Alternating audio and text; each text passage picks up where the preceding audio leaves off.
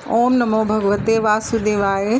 आज मैं आपको चैत्र मास की पाप मोचनी एकादशी की कथा सुनाऊंगी। तो चलिए सुनते हैं। युधिष्ठिर ने पूछा, भगवान, फागुन शुक्ल पक्ष की आमल की एकादशी का महत्म्य मैंने सुना।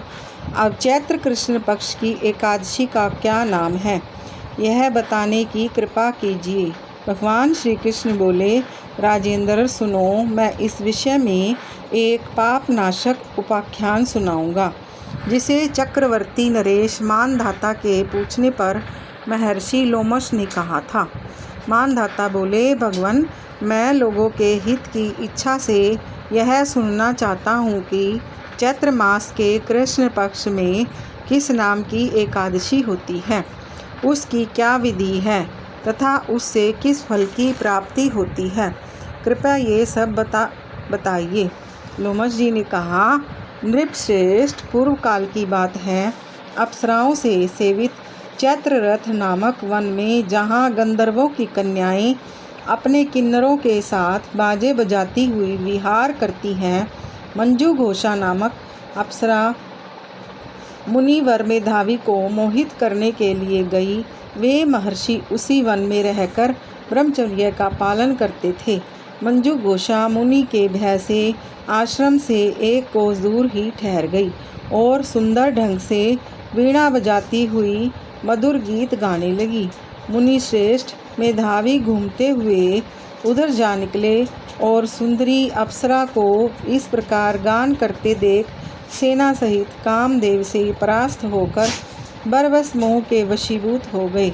मुनि की ऐसी अवस्था देख मंजू घोषा उनके समीप आई और वीणा नीचे रखकर उनका आलिंगन करने लगी।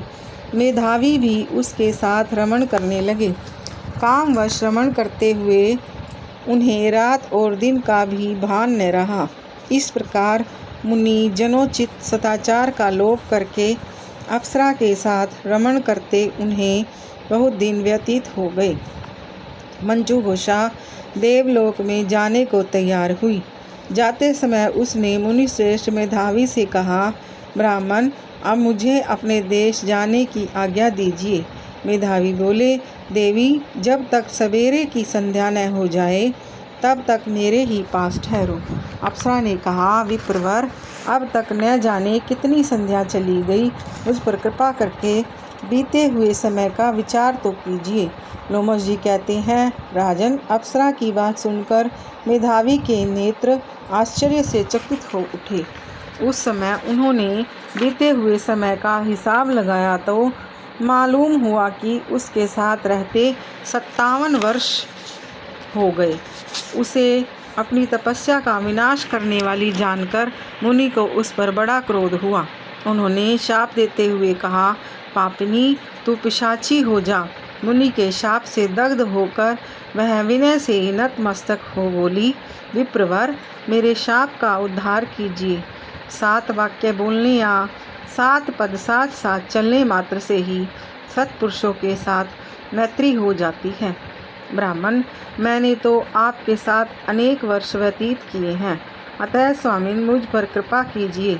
मुनि बोले, भद्रे, मेरी बात सुनो, यह शाप से उद्धार करने वाली है।